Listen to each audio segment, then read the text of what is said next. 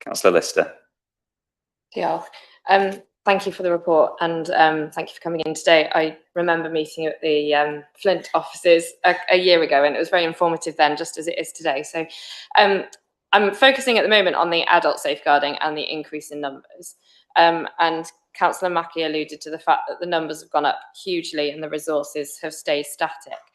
I was just wondering what you felt, whether any work had been done as to the causes of that going up, because obviously demand for care and everything is increased massively, and I'm just wondering whether the ability to provide the care to everybody who needs it is there, and is that a reason that the numbers are going up for when they come to your door, and whether, although you need to be properly resourced and absolutely be able to do your job safely, whether the investment needs to be before it gets to you to prevent that. So I was just wondering whether you had any answers to that, really. Thank you.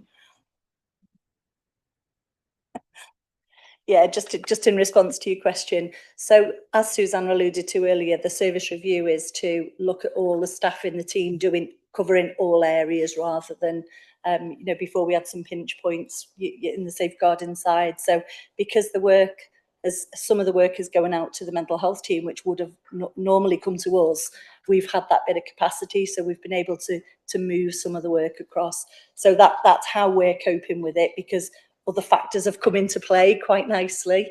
You know, it's without needing that extra resource.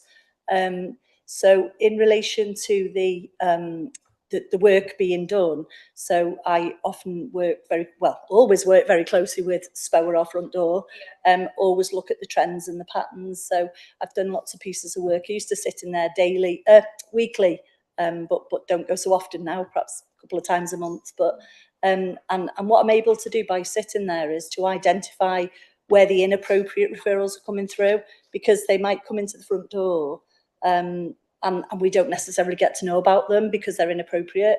So by hearing that going on, we had 10. So I then went out to their team meeting, sat in their team meeting, talked about inappropriate referrals. So I think that they would have gone up more, but we've been doing a piece of work to get rid of the inappropriate ones. But then I think as part of that, there's been more education and going to more care homes, for example, sitting in team meetings. So the reporting's better. I'd like to think there's better reporting and not there's more abuse. Yeah.